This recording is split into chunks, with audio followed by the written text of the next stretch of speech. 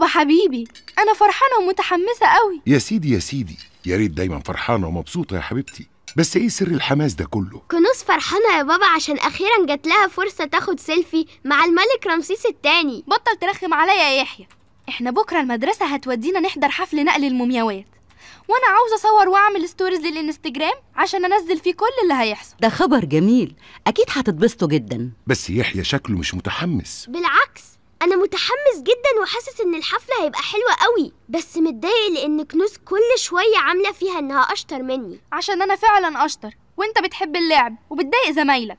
اقول لهم عملت ايه النهارده؟ ها؟ شايف يا بابا؟ شايف؟ خلاص يا ولاد، يلا خلصوا اكل بسرعة علشان نشوف الهوم وورك وبعدين ننام، عندكم بكرة يوم طويل.